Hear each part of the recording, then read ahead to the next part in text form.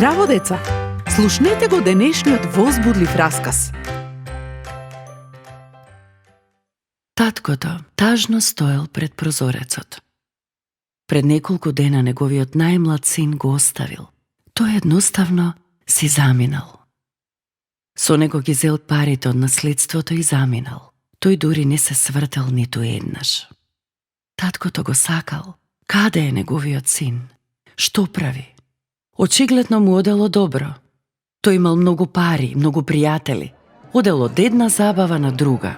Се забавувал, се смеел, многу пиел, а правел и нешта за кои знаел дека се погрешни. Тој едноставно и се препуштил на толпата. Не поминало долго време и останал без пари, а ги снемало и неговите пријатели. Тоа што синот останал без работа било голем проблем. Набрзо се вработил кај некој свињар. Хранење свињи со помии.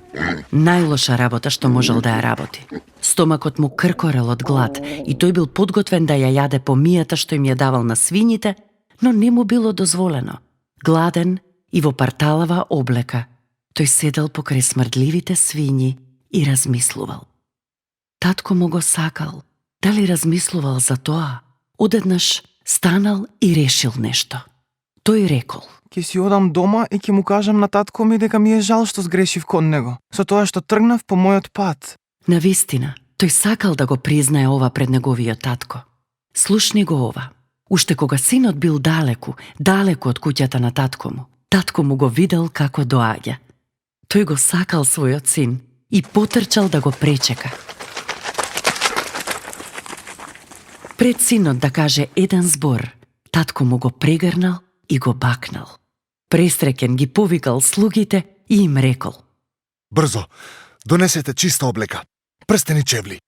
Подгответе гозба. Ќе славиме зашто мојот син е тука. Тој беше мртов, но оживеа. Беше изгубен, но сега е пронајден и се врати кај мене. Како што таткото толку многу го сакал својот син, на ист начин Бог не сака тебе и мене. Тој сака ние да дојдеме кај него и да живееме со него. Затоа Исус ја раскажал оваа случка. Дали сакаш да знаеш повеќе за Божјата љубов и како да дојдеш кај него? Тогаш те молам, пиши ми. До следното слушање.